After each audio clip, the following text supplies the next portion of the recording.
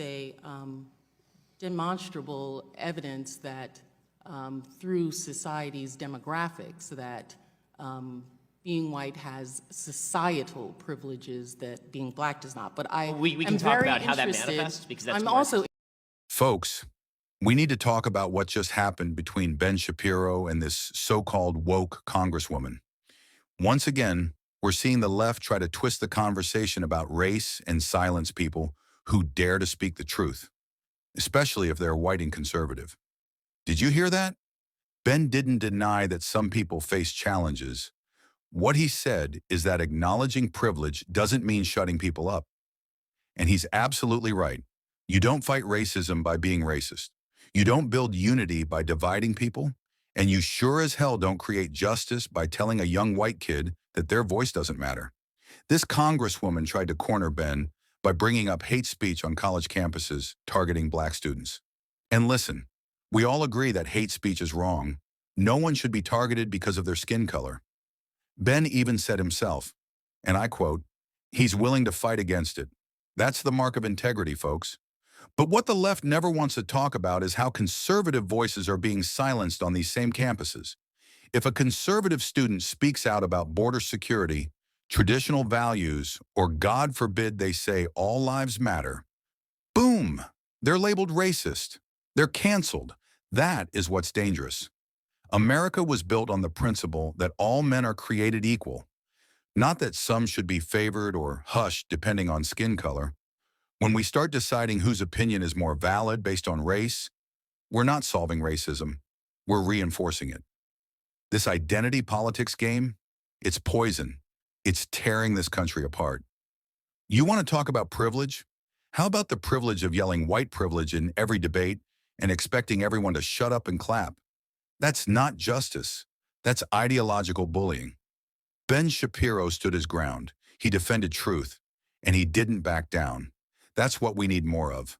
Not more censorship, not more guilt, not more race baiting. We need honest conversations rooted in freedom, facts, and respect for all Americans, no matter their color. That's what being a patriot is all about. If you're sick of the double standards and ready to stand up for real American values, hit that like button, subscribe, and sound off in the comments. I want to hear from real patriots like you. God bless and stay free. Mr. Shapiro, you talked about white privilege. And just this week, I had a conversation with Rachel Lazar, who's done some work, a Jewish American woman who's done some work on this area, as well as having extensive conversations with Dr. Greg Parks of Wake Forest University, who's also talked quite a bit about critical race theory.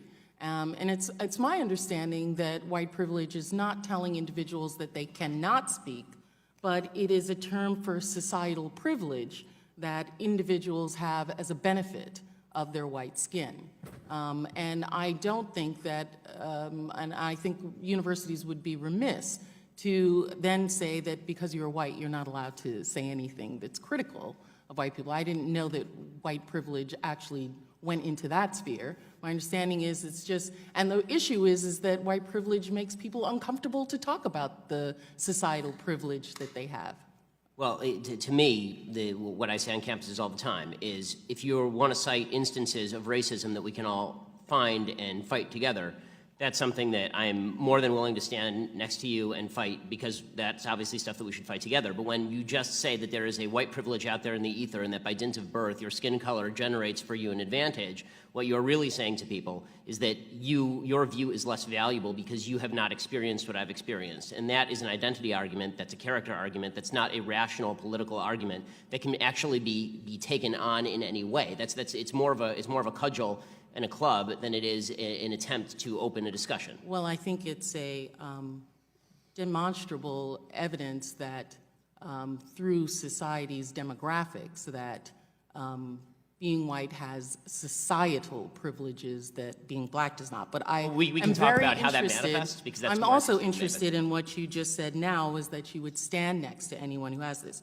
So, Mr. Shapiro, my question to you is, for Ms. Dunston, tying the noose around the campus and writing messages that target African-American young students, Would you consider that hate speech, and then would you stand next to her and fight for her? As I say, I against would. that? This is the first I'm hearing about it, honestly. But Really? Yeah. But from hearing about it, maybe because it's local. I mean, I'm from LA. But in any case, I'm more than happy to stand alongside her and fight whatever group was responsible for this. Not only more than happy. I mean, you're talking about the alt-right. Again, I was the #1 target of anti-Semitic harassment from the alt-right last year. Thank you. I'm more than happy to do all that. And I think there's one more distinction that has to be made. When we talk about cases like Taylor's, they're horrific, and the administration is siding with Taylor. Okay, the administration is doing the right thing by Taylor, or trying to do the right thing by Taylor, as they should be. And I think that we need to make a distinction between cases where the administration is actively participating in the suppression of speech and cases in which the administration is trying to do the right thing in order to punish people for application of crime.